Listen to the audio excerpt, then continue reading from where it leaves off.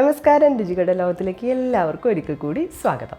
അപ്പോൾ ഇന്ന് നമ്മളൊരു ഡ്രിങ്കുമായിട്ടാണ് വന്നിരിക്കുന്നത് കേട്ടോ. ഒരു മിൽക്ക് ഷേക്കാണ്. ഈ മിൽക്ക് ഷേക്ക് നമ്മൾ ഉണ്ടാക്കിയിരിക്കുന്നത് ഒരു സ്പെഷ്യലായിട്ടുള്ളൊരു സംഭവം കൊണ്ടാണ്. എത്ര പേര് ഈ ഒരു മിൽക്ക് ഷേക്ക് കുടിച്ചിട്ടുണ്ടാവും എന്നറിയില്ല. കപ്പ മിൽക്ക് ഷേക്കാണ് കേട്ടോ.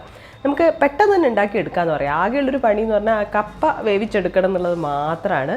അപ്പോൾ അതിൻ്റെ ഒരു വെറൈറ്റി രുചി തന്നെയാണ് കേട്ടോ. അപ്പോൾ നമുക്ക് വേഗം പോയിട്ട് എങ്ങനെയാണ് കപ്പ മിൽക്ക് ഷേക്ക് ഉണ്ടാക്കുന്നത് നോക്കി വരാം.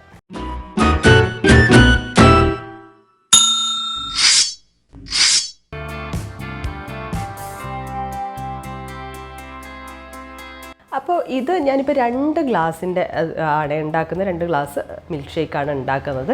അപ്പോൾ അതിൻ്റെ ഒരു കപ്പയുടെ അളവ് എന്ന് പറഞ്ഞാൽ ഒരു ചെറിയ കപ്പ മതി. ചെറിയ കപ്പ ഒരു ഇങ്ങനെ മുറിച്ചിട്ടാൽ ഒരു 20 പീസൊക്കെയാണ് ഈ ഒരു അളവിൽ വന്നിരിക്കുന്നത്. 2 കൈപ്പിടി എടുത്തു കഴിയുന്ന ആ ഒരു ഇതിലാണ് എടുത്തിരിക്കുന്നത്.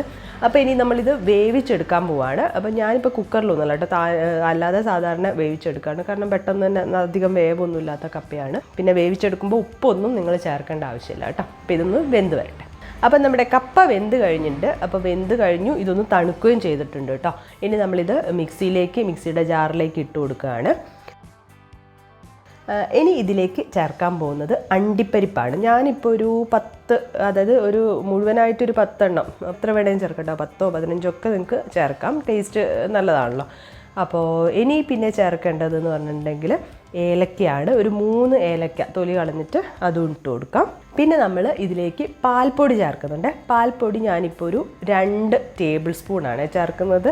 നിങ്ങൾക്ക് കുറച്ച് കൂടുതലൊക്കെ വേണമെന്നുണ്ടെങ്കിൽ ചേർത്ത് കൊടുക്കാം. പിന്നെ മധുരത്തിന് വേണ്ടിയിട്ട് പഞ്ചസാര ഓരോരുത്തരുടെ അളവിന് മധുരത്തിനനുസരിച്ച് ഇട്ടാൽ മതി. ഞാനിവിടെ എന്തായാലും ഒരു 3 ടേബിൾ സ്പൂൺ ഇട്ട് കൊടുക്കുന്നുണ്ട്. ഇനിയില്ലേ, ഇതിലേക്ക് പാൽ ഒഴിക്കുന്നതിന് മുമ്പ് നമുക്ക് വെറുതെ ഇത് മാത്രം ഒന്ന് അടിച്ചെടുക്കാം കേട്ടോ ആദ്യം.